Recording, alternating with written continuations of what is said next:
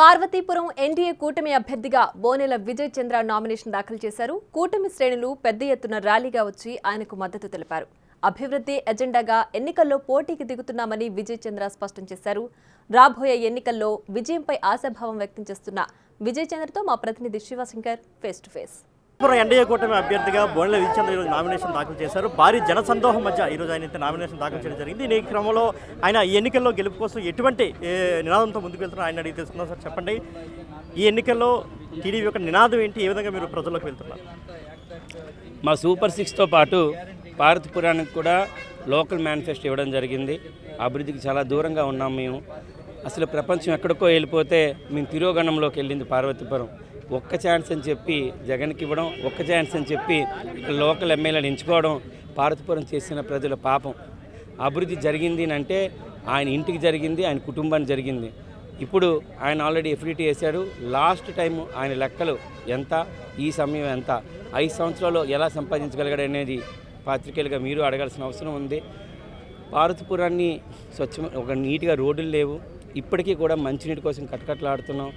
Already పరిస్థితి ఎలాగుందంటే ఎన్ని యాక్సిడెంట్లు అవుతున్నాయో తెలియదు. హెవీ వెహికల్స్ అన్ని ఇటే వస్తున్నాయి. దీనికి బైపాస్ చేయాల్సిన బాధ్యత ఉంది. హాస్పిటల్ బాగు చేసుకోవాల్సిన బాధ్యత ఉంది. విద్య, వైద్యం, సాగునీరు, తాగునీరు ప్రధాన సమస్యల్ని అరికట్టాలి. డంపింగ్ యార్డ్ని జీరో వేస్ట్ మేనేజ్మెంట్ తీసుకొని రావాలి. శానిటేషన్ బాగా చేయాలి. ఓపెన్ డ్రైనేజ్ లేకుండా నీట్గా చేయాలి. పార్వతీపురం టౌన్ని పార్వతీపురం సిటీ చేయాలనేది నా ఆలోచన. ఇదే నా కాన్సెప్ట్ అండి. యువతకి ఉద్యోగాలు రావాలంటే ఖచ్చితంగా కూటమి ప్రభుత్వం ఏర్పడాలనేది మీరు చెప్తున్నారు. అయితే ఏ విధంగా మీరు ఉపాధి కల్పిస్తారు పార్వతీపురం ప్రజలు? పార్వతీపురం మొత్తం రైతులతో ఉన్నదండి. ఇక్కడ అగ్రికల్చర్కి అతిపెద్ద పైట వేయవచ్చు. ఇక్కడ మామిడి కానీ, జీడి కానీ, అలాగే ఫ్రూట్ ప్రాసెసింగ్ కావాల్సిన పసుపు కానీ, చింతపండు కానీ పుష్కలంగా అవైలబుల్ ఉంటాయి. అవి వద్దనే వ్యక్తి లేడు. ఎక్కడికైనా ఫుడ్ ప్రాసెసింగ్ చేసి ఫుడ్ కార్పొరేషన్స్ లాగా ఇక్కడ మామూలుగా హబ్గా తయారు చేసుకొని ముందు యువతకి అలాగే మహిళలకి అత్యధికంగా జాబ్లు ఇవ్వచ్చు. ఎలాగంటే మీరు అచ్యుతాపురంలో చూడొచ్చు.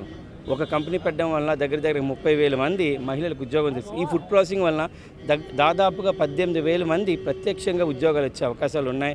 అది తీసుకొచ్చే బాధ్యత నాది. డిగ్రీ చదువుకున్న, పీజీ చదువుకున్న ప్రతి ఒక్క విద్యార్థి ఉద్యోగం చేయాలి, కష్టపడాలి. ఇంటిలో ప్రతి ఒక్కరు కష్టపడాలి, ఆర్థికంగా పరిపుష్టిగా ఉండాలి, వాళ్ళ పర్చేజ్ పవర్ పెరగాలి, అందరూ కూడా ఆనందంగా ఉండాలి, అందులో నేను ఉండాలని ఆలోచించే వ్యక్తిని.